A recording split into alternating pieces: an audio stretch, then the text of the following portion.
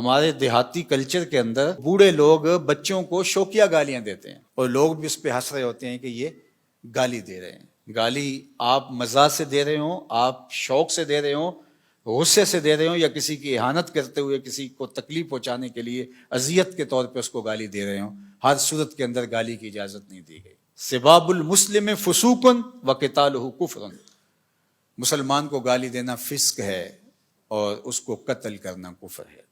تو ہمارے دین نے ہمیں گالی گلوچ سے منع کیا ہے۔ اللہ کے محبوب علیہ السلام نے ارشاد فرمایا المستبان شیطانان، جب دو لوگ آپس میں لڑ پڑتے ہیں اور ایک دوسرے کو گالیاں دینے لگ جاتے ہیں تو فرمایا کہ ایک دوسرے کو جو گالیاں دے رہے ہیں یہ شیطان ہیں۔ ابن حبان کی روایت ہے۔ اللہ اکبر۔ تو اتنی سختی فرمائی گئی اور ہماری بات ہی گالی سے شروع ہوتی ہے۔ دیہاتی کلچر کے اندر تو اس کو کچھ سمجھا ہی نہیں جاتا اور کچھ لوگوں کا تقیہ ہی کلام گالی سے ہوتا ہے اور وہ اس کو اپنا فن قرار دے رہے ہوتے ہیں اور وہ کہتے ہیں کہ میں بہادر ہوں، گالی کے بغیر بولتا ہی نہیں ہوں۔ تو یہ کمال نہیں ہے۔ مسلمان تو کون ہے؟ المسلم من سلم المسلمون من لسانہ و یدہ۔ مسلمان کی تعریف یہ کی گئی ہے کہ جس کی زبان سے اور جس کے ہاتھ سے دوسرے مسلمان محفوظ رہیں۔ کیسے؟ کہ وہ ان کی تکریم بجا لاتا۔ ایسے نہیں ہے کہ اس کے شر سے بچنے کے لیے آپ اس کی تکریم کریں اور پھر وہ آپ پر رعایت کر جائے اور آپ کو گالی نہ دے۔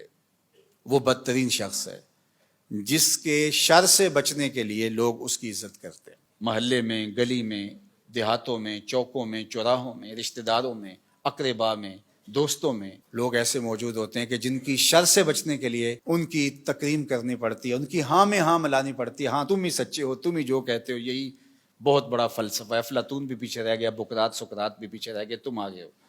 اس کی تائید کرنی پڑتی ہے، اس کی تصویب کرنی پڑتی ہے کہ جو تم کہہ رہے ہو یہی درست ہے، یہی عقل و بینش اور دانش کا منبع و مصدر ہے اور سارا نور یہاں سے پھوٹتا ہے۔ کہ اگر اس کی بات سے اختلاف کیا تو وہ گالی گلوچ پہ اترائے گا، برا بھلا کہے گا۔ بلکہ ممبر و محراب کے آج جو ذمہ داران ہیں ان کی ہاں سے ہاں ملانی پڑتی ہے۔ اگر نہ ملائیں گے تو وہ آپ کو کافر قرار دے دیں گے، وہ دار اسلام سے خارج قرار دے دیں گے آپ کو۔ تو کوئی بھی شخص ہو، ممبر و محراب کا شخص ہو یا وہ گلی محلے کوچے کا آوارہ گرد ہو یا وہ قوت نافذہ رکھنے والا حاکم شہر ہو یا وہ کسی عالی منصب پہ بیٹھا ہوا ہو، جب حکمرانوں کی عزت اس لیے کی جا رہی ہو کہ اگر نہ کی عزت، ان کی ہاں میں ہاں نہ ملائی تو یہ مشق ستم بنا دیں گے، جبر و جور کا بازار گرم کر دیں گے، تو وہ بدترین حکمران ہوں گے۔ تو مسلمان گالی دے کر کے کسی کو تکلیف پہنچا کے اپنے اعمال برباد کر بیٹھتا ہے۔